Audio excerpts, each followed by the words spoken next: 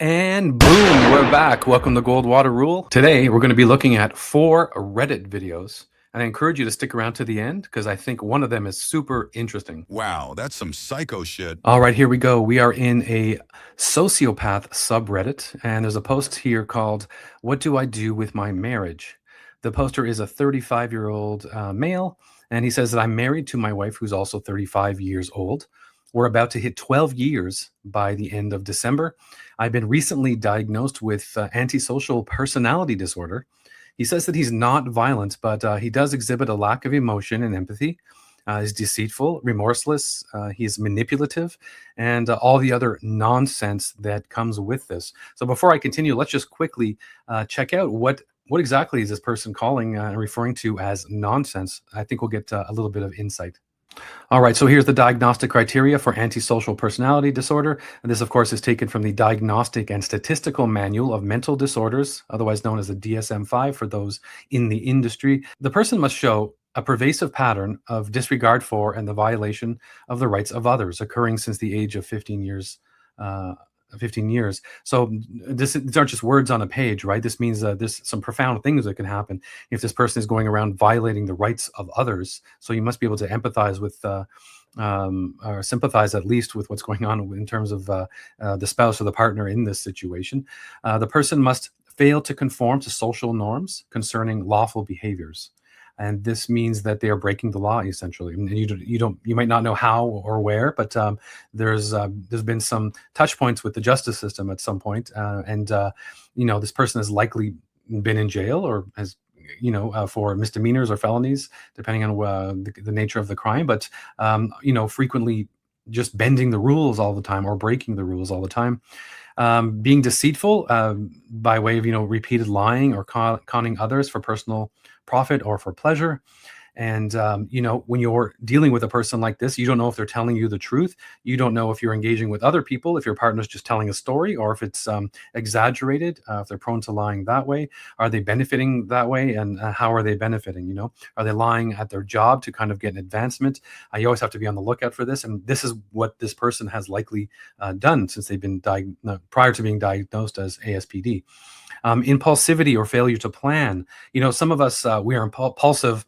We kind of say, "Hey, do you want to go out to dinner tonight?" That's kind of like the level of impulsivity that a lot of us have. But for people with antisocial personality disorder, they are impulsive in terms of maybe they quit their job because someone just said something to them. Maybe they need to save money for something, and all of a sudden they find themselves, years after supposedly needing this money, they did not plan for the money. There's all kinds of ways and permutations that this can kind of play out. They can often be irritable and aggressive, often resulting in physical fights or arguing with others. You could just be out with them and all of a sudden you say something wrong, or maybe the waiter says something wrong at dinner time and ends up in a kind of altercation of some sort. This person has a reckless disregard for the safety of others. When you combine this with kind of impulsivity, they can kind of do some crazy things that could result into some physical or psychological damage with you or with on them, or however on the people that they're with. They're consistently irresponsible. I mentioned not being able to hold down a job. They maybe do not visit their kids. Maybe they do not pay the alimony. Maybe they do not pay child support. Irresponsibility. However, one can be irresponsible. There's many administrative things that we need to do in our lives, and we kind of try to stay on top of those. Well, someone with antisocial personality disorder just doesn't do that. And to top it all off, they just lack remorse, right? So when they do all these things, they just don't feel bad for it generally, and they don't understand why you're still upset by what they did. So he goes on to say, "We've had our ups and downs over the years and have worked things out, gone to therapy multiple times, and pretty much all overall been pretty good together." And so based on what we just read, he's just referring to it as ups and downs. If we were to interview the partner, you'd see that these ups and downs are super serious things that have gone on during their relationship together. He goes on to say, "I will say a lot of the problems in our marriage are my fault." So that's good that he's admitting that. However, one of the main issues we have is that she is full of emotion, whereas I'm not, and never understand how she is feeling 90% of the time. while I have difficulty expressing the most basic of emotion, that upsets her and causes us to fight and have arguments. So he's framing it in terms of, she's full of emotion and he just doesn't have emotion. It could be the case that he's doing things that are actually causing her to be upset, and he's calling that, quote, full of emotion, which is kind of a peculiar way of phrasing that, just like he phrased, that we've pretty much we've had ups and downs, is what he's calling his behavior. But one of the biggest problems he says he has is that he brings to the marriage is his infidelity. Most of what he does is online through apps and not in person. He says he says it gives me a sense of control, being able to talk to people, and just like that, cut them off and start from scratch. So first of all, he says most of it's online, which I imagine is sexting or doing things like that. That can't make her feel good. She's probably already always wondering what he's doing when he's on his phone. But he says most of it's online. Some of it must be in person, though. And so that has to be extremely painful for someone going through that kind of infidelity. He says it gives him a sense of control to be able to talk to people and then just cut them off. And that's kind of disturbing, right? Because that shows like cold emotionality. Although it's digital, there is a human being at the end of the other line, and at the other end of that interaction, and he could just easily just cut them off and stop that interaction, even though they've spent maybe time and energy trying to communicate with him and likely engage him to kind of maybe be with him on some level. Who knows? So that's just super disturbing. And then it makes me wonder, can he just cut her off like that? He's posting, kind of he's not aware of what he should do in this relationship, but he's been in this relationship for 12 years. He should probably have a pretty good idea. So he goes on to say that she recently moved a few hours away for work, and that she's getting ready to move out again due to layoffs in layoffs to secure her career. Now, due to his career, he says that he's potentially able to relocate to her. However, the chances are slim, so I may end up several hours away. So he's kind of talking out of both sides of his mouth here. Either he has the ability to do this or he does not have the ability. So I don't really know what he's talking about. But he says he has been sensing for the last couple of years that our marriage has been in a consistent decline and hasn't been fulfilling for either of us. And, we went through the criteria for ASPD. And, if they've been together for 12 years, it's likely this has been a really crazy 12 years. It has been just super emotional. And although they've been together 12 years, I'm sure they must have, they're on and off again, likely due to his behavior, because people normally find this super hard to tolerate, this kind of behavior. Imagine just having touch points with law, having touch points with someone who's being deceitful with others. Imagine ruined relationships. Imagine your finances going to hell during all of this. So to boot, he says, our sex life is pretty non-existent at this point, which doesn't help either. So he's complaining about that there's no sex. At the same time, he's cheated on her. So there's been infidelity. And so he hasn't, he strayed from, his commitments to be with her. So it's perfectly understandable that she would not want to kind of be there for him in that way. And that would add to the stress and some of the negativity in the relationship. I would imagine there would be a point of arguing with them. So he says most recently, she came out to visit this weekend. And since Friday, we've gotten into several arguments about the relationship and why he's been distant and not around her. And so she wants to know what's going on, right? Because he has a history of, not being there for her and being around other people. Essentially, I told her that he's 50-50 on the marriage. I want to be here, yet I don't at the same time. And that honestly is kind of super disturbing, right? He's been in this relationship for 12 years. If he has ASPD, she's been the one actually that's been sticking around to kind of support him through all kinds of wrongdoings. There's no way in hell he should be 50-50 on the marriage. He should be locking on and saying, I love you. You've been there for me through all of this nonsense, and really just lock in. But people with antisocial personality disorder, they have a hard time doing that. They have what's called lack of psychological insight into their behavior, and this would be an example of this. Instead of thinking about the fact he's super lucky, he's saying he's not sure about her, and that could be a way also just to emotionally blackmail her, right? Just to to get what he wants out of her too. We don't really know based on this post. So talking about where we want to go in life to go emotionally is tough, and I don't want to stay in this if it's making her miserable and unhappy. I ultimately want the best for her, and I think that's a super positive statement that he says, that he does want the best for her. But it's kind of peculiar that after 12 years he's saying that they've been through all kinds of shit, to put it mildly, based on his personality disorder. So if she wants to stay, I would recommend that he actually sticks around with her, because she's tolerated a lot of stuff. It's hard to find someone who will tolerate all the things that you do, and she's proven that she could be there in the long run. And for those that don't know, people with antisocial personality behavior, the behavior does die down. It gets a little bit better in the fourth decade of life. So in the next 5 years, he should be see some kind of personal growth, hopefully, on some level, or at least some of the bad behavior will stop. Next up, am I the asshole for saying I won't move in with my boyfriend if his mom just keeps showing up? All right. So the poster is a 23 female, and her boyfriend, 26-year-old male. They've been together for like 2 years, and we're talking about moving in. I really do like him, and I can see us living together for sure. But his mom is like a lot. She's a nice lady and everything, but she shows up at his apartment whenever. Like, no text, no phone call. She just uses her key and she walks in. Sometimes it's with food, sometimes it's just to say hi.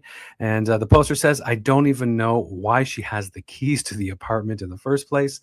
And if I ask my boyfriend, he just switches subjects. I told my boyfriend before it low key makes me uncomfortable. But he was like, quote, that's just how she is. It's not worth making her mad. That's weird. So last week we were literally in the middle of an argument, and she just walked in the middle of the argument, and it was so awkward. Of course, that's such a private thing. That's such an intimate thing to be doing when you're both expressing your viewpoints, and you can be heated and emotional. Now the mother just acted like nothing was happening and started talking about her garden. I wanted to disappear. Later, I told him I don't want to move in there if she's gonna keep doing that. I said she just can't have a key and come over unannounced. He got all quiet and said I was making him choose between me and his mom. And she was like, no way, I just want privacy. And he says that she's overreacting and, quote, all couples go through this. And then mom cried when he brought it up. Now she feels like the worst person ever, really. Well, this is a little bit it's unfortunate that this is happening. A couple of younger folks, and they've been together for a few years. So that's not, it seems like a natural step to be moving in. The mom, I think, and the son have some things to work out together.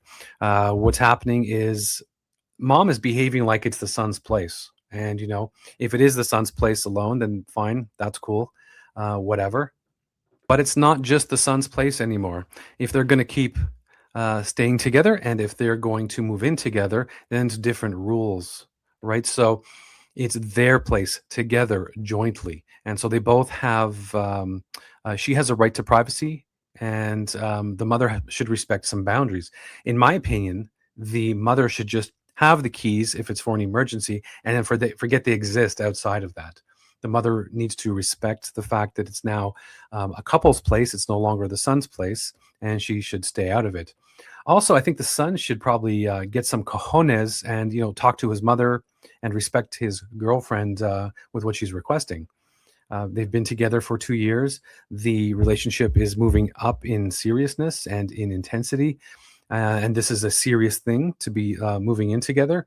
And, the mother should respect the rights that they both have that are independent of her. This is some other person's house, and she cannot just move in.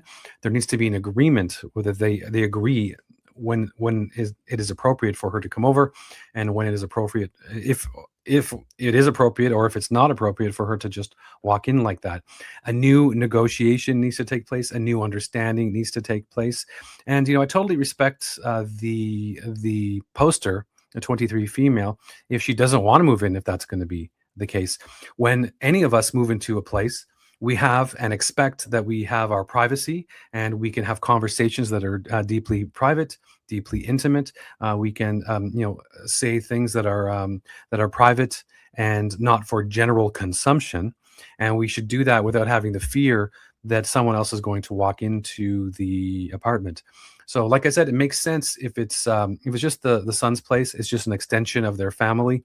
At this point, there's a new person involved. Different rules apply, and I agree that she's not overreacting. And all couples do not go through this, and it would be weird for the mother to always just be able to walk in whenever she wants. Next up, number three. Am I the asshole for crying after my husband was brutally honest about my looks and weight and our sex life in front of our friends? I think we probably already know the answer to this just after reading the headline. Apparently, the poster says, or actually, the poster says that her husband, who's 29 years old, and her 31, were playing a game with their friends. The game was based around guessing your partner's answers to uncomfortable questions.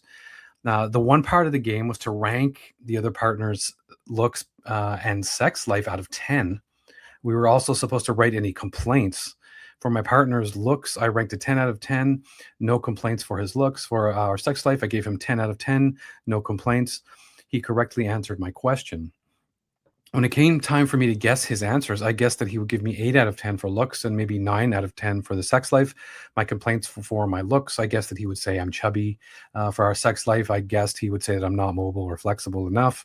For looks, my husband actually gave me 4 out of 10. Whoa. His complaints were that I was fat, that I don't smell good, and I sweat. I have bad skin. He doesn't like my hairstyle. And for our sex life, he gave me a 6 out of 10, saying my weight is a big problem for our sex life. I started crying. My husband apologized to me. When this was all done, when the friends left and they were in bed, the husband apologized to me again. Then he said he shouldn't have cried because he actually loves her, and he was actually brutally honest with her, unlike the other husband, who kind of wasn't as so critical. He said it's his personality that he fell in love with.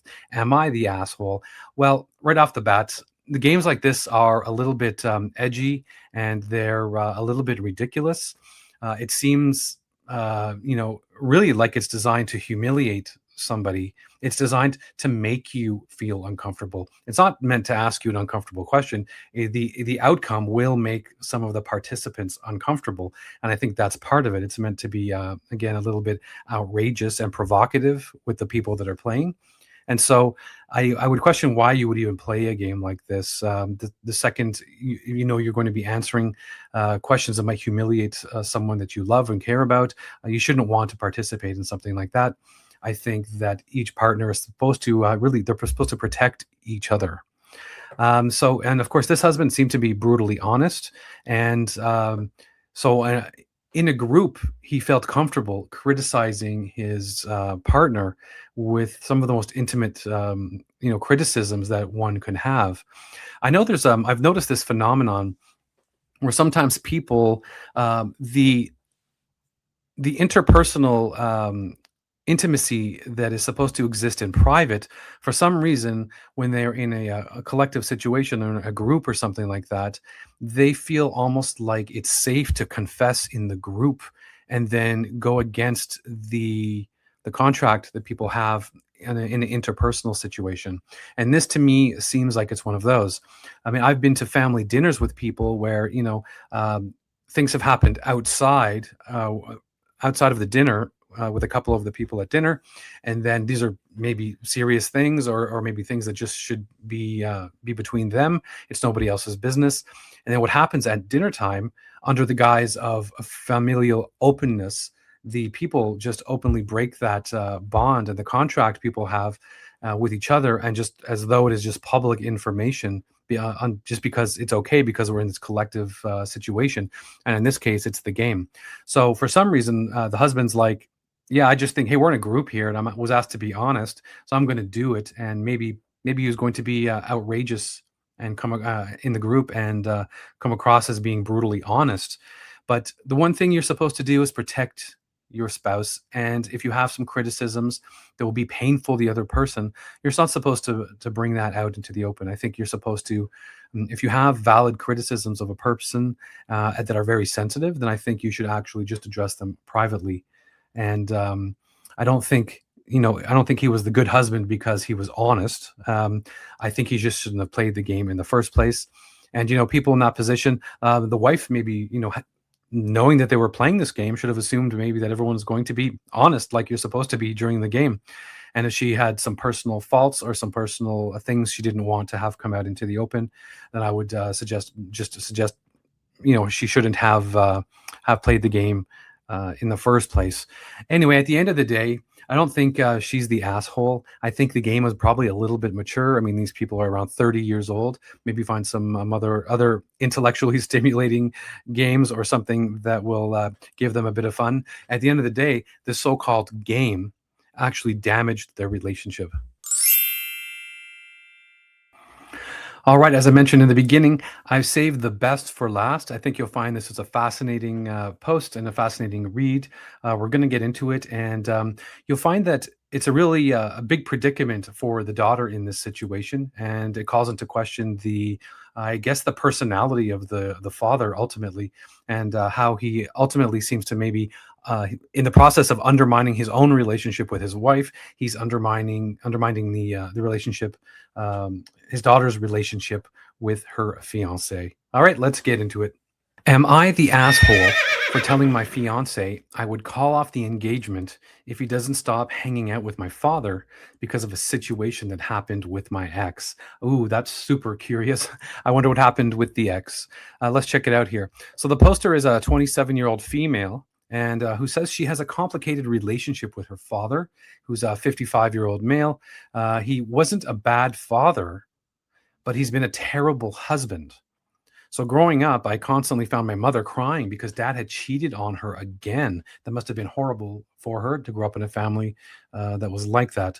So I would imagine she's maybe trying to protect that so that it doesn't happen again in her own life. She says that he would cheat and then she would lash out. And then he would crack jokes to lighten the mood, which made her even angrier. And then within days, they'd be back to normal until she'd catch him cheating again. She says that she resented her father for this and my mother somewhat for tolerating it so much. So it looks like she's just thought her mother was a bit of a pushover for tolerating it. And I can totally get why she would resent her father. And right off the bat, seems like there's some personality issue, right? If there's we're getting into, I guess, antisocial personality disorder again, right? Where these interpersonal relationships don't really matter. With the person, what they want, they're impulsive. They want to get what they want. That seems to come into play here, like in terms of just not saying no to different things that can be tempting in your life, right? You have to have an ability to say no and then do the right thing. Of course, that has to do with respecting the social norm and the relationship norm and the social contract and the contract you have with your partner. She goes on to say that after college, she returned to living with her parents until she could figure out her own finances. She then met a guy that she really liked, and he would come over to her parents' house most of the time. What happened, though, was he and her dad got close pretty quickly. Okay, so in most relationships like that, when you're dating somebody, maybe it's kind of cool that the person that you're with kind of gets along well with your parents or your family, right? That would be awesome. That's a great situation. However, she says that they would hang out together a lot and they would go on fishing and camping trips together. And then she thought it was nice that her father and her boyfriend were getting along so well. Of course, that's amazing. Normally, people have the burden of trying to force relationships, and people don't get along so well so naturally. In this case, it seemed to be a perfect fit until she overheard them one day talking about their latest adventure. And was it a camping adventure? Well, let's see. She says from that conversation, she realized their trips weren't about fishing or camping. They weren't just about fishing or camping. They were actually picking up women together. Essentially, dad was encouraging the boyfriend to cheat on her, but to just be discreet about it. They tried denying it, but she wasn't fooled. Of course, she broke up with the boyfriend immediately, and her relationship with her dad got even worse. She moved out some months later and rarely visited. My apartment was only a 20-minute drive away from her parents, but from them, I visited just a handful of times just to visit the mother. So this is outrageous. This is, the father is supposed to be protecting the family and should be protecting his daughter. And what is fascinating is that this didn't mean anything to him, that he encouraged someone to cheat on her, and then he would have protected that dysfunctional relationship. That is outright antisocial behavior.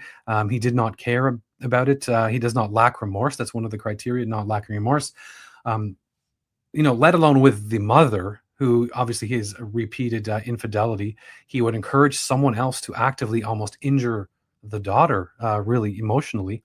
And what about sexually transmitted infections and all this other stuff that goes along with that kind of behavior? That's horrible. I think the daughter acted appropriately in this case by ditching the boyfriend and being upset with the father. Um, Now she says on the current situation, so this is, they moved. This is into the future. Um, I met my fiance some months after my last relationship, and we dated for a year and a half before he asked me to marry him. I already introduced him to my parents, and they had met a couple of more times. He knew about the situation with my ex, so she shared that with him, right? Because she wants to maybe warn him about it, and also she's sharing information maybe about her family, and why the relationship with the father was strained. So any decent guy would go, geez, that's kind of messed up. I'll be sure to be on guard for that. So your dad seems kind of maybe a little bit odd, but of course we have to all get along here. So let's just see how this plays out.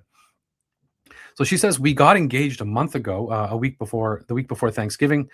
When I informed my mother, she begged us to come spend Thanksgiving weekend with them to celebrate. So it sounds like mom is kind of just in denial. She's accepted all the wrongdoings of the father, which kind of, almost on one hand, permits him to keep doing it in the future. She's probably decades into this relationship and would probably be losing a lot to actually end it herself. Nonetheless, she's trying to have some sense of normalcy here by having a Thanksgiving weekend. Did a very normal thing and invite the daughter and boyfriend to come celebrate the engagement. She says that she used the fact that we drifted apart so much, and my fiance convinced me, so I agreed. So the fiance also thinks, hey, this is would be normal to kind of go back and have dinner and to kind of have some normal relationship. That seems kind of reasonable to kind of try and do that, unless you thought the father was kind of just just something that is not something to be controlled, or who's not going to learn from his previous mistakes. Anyway, so on the first night after dinner, uh, her dad invited the fiance to go out onto the porch to have a beer and to have some chat. The mother, she along with the mother, decided to join them. So I guess all four of them hung out for a while. The conversation was just a regular conversation about their love of football, that kind of thing. So after an hour or so, it got kind of tiring hanging out. It's normal for some people to go back to sleep, prepare for the next day. So she wanted to sleep, and the mother had already gone off to bed too. So she told the fiance when she told the fiance she was going to bed. The fiance said, "You go ahead, and I will go to meet you in bed soon." So she felt very uneasy about leaving them alone. Right? Is this? I'm getting a predator kind of vibe, right? In terms of wondering what's going to happen. Is he going to? Is the father going to drill the fiance, or instill some of that quirky behavior and interactions on him? And also, what will the fiance do? So, but she didn't want the fiance to feel like she was monitoring him, and again, that's really good. She's had a conversation with the fiance in advance, so the fiance knows about it. And you would assume that if the fiance is just aware of this, and they're aware together that this is an odd situation, the fiance should himself be on guard for this kind of situation. But apparently, it seems like he was enjoying the time. So she goes on to say that my fiance accidentally woke me up when he finally came to our room in the middle of the night. So I'm assuming this is in the wee hours of the morning. They're hanging out on the porch, drinking beer and having a good old time. When I asked him why he was coming to sleep so late and what they were still talking about for so long, he replied they were talking about football, of course. Now, she didn't press it further. They were talking about football before, so it seems like she couldn't read anything into it with such limited information. But then she says all weekend long they hung out constantly. My fiance helped dad with chores and ran errands with him. So obviously they're getting closer and bonding, very friendly. So when I brought it up, he said he was just being polite. And one of the hallmarks of people with antisocial behavior, sometimes psychopathy, is they're very superficial and they're glib. And also people who are narcissistic, right? They are really good at forming these bonds that are kind of seemingly intimate, with very little information. So imagine just meeting someone and then all of a sudden you're instantly hanging out intensely on a weekend. That kind of seems a little bit out of the ordinary. Again, the fiance maybe trying to fit in. On the other hand, he knows what the father is like, and he should be kind of trying to protect his relationship with his future wife. So the post is about this essentially. She fast forward to yesterday, and where the fiance casually informed her that he would be going on a camping trip with a friend. Okay, she says this isn't the first time. That it's completely natural. It seems like because he's gone on camping trips before since they were together, but this time she got suspicious because he got evasive when she asked who he was actually going to go with. So when she pressed him, he finally admitted that he was going out with the father. Apparently, over the weeks after Thanksgiving, they stayed in contact. I mean, I guess she had no idea. They've even gone to watch a football game together without her even knowing, because my father said I would make a big deal out of it. How malleable is the fiance that, despite having advanced knowledge about how the father was going to act, he was able to succumb and to be amenable to going out like this at huge risk to his wife and their relationship. So I guess whatever it was, he was convinced that this was an awesome idea. Does that speak to some evil aspect to the fiance? Who knows? So she lost it and told him absolutely not. I reminded him what happened with my ex. He said that he was being paranoid, that her dad was cool to hang out with and had never mentioned anything about women. He said my dad didn't force my ex to cheat, so I couldn't keep holding a grudge. Of course, the father didn't, coerce someone else into cheating. And everyone makes their own decisions in life. But what the fiance knows is that the father possesses a certain kind of personality that is extremely persuasive. And so far, it seems like this fiance is amenable to going outside of the relationship that he has with the fiance, to have a special and unique relationship with the fiance, with the father-in-law, which is in a lot of ways antisocial. And so if he continues to bond like this, outside of their relationship, this is a huge, huge red flag. The fact that the fiance is not saying anything to the daughter about their relationship leads me to believe this is a private relationship, and it's not very open. The daughter and the fiance should be open with each other about what's going on. The last thing the daughter needs is to have another competitor, another one who is potentially going to break the bond that they have. She's aware of what happened with the mother and father, and it seems to me like if she's not protecting her relationship, then she's on the verge of having a relationship that's almost identical to the one that her mother has with the father. So good for her for kind of being upset.